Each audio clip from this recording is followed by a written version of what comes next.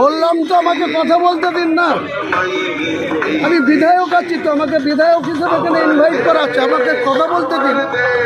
আপনারা এরকম করছেন কেন? আমাকে ইনভাইট করেছে অপূর্ব সরকার, সাংগঠনিক জেলা সভাপতি। তাকে জিজ্ঞেস করি, সে যদি থাকতে বলে থাকবো, সে যদি বলে থাকতে হবে না আমি চলে যাবো।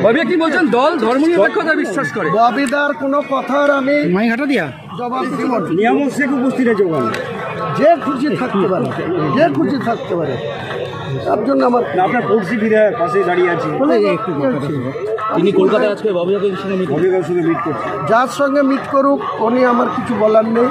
আমাকে সাসপেন্ড করেছে, আপনাদের মধ্যে শুনলাম। এর আগেও 2015 সালের 29শে ফেব্রুয়ারি একইভাবে তৎকালীন মহাসচিব পার্থ চট্টোপাধ্যায় বন্যা নোটিশে আমাকে 6 বছর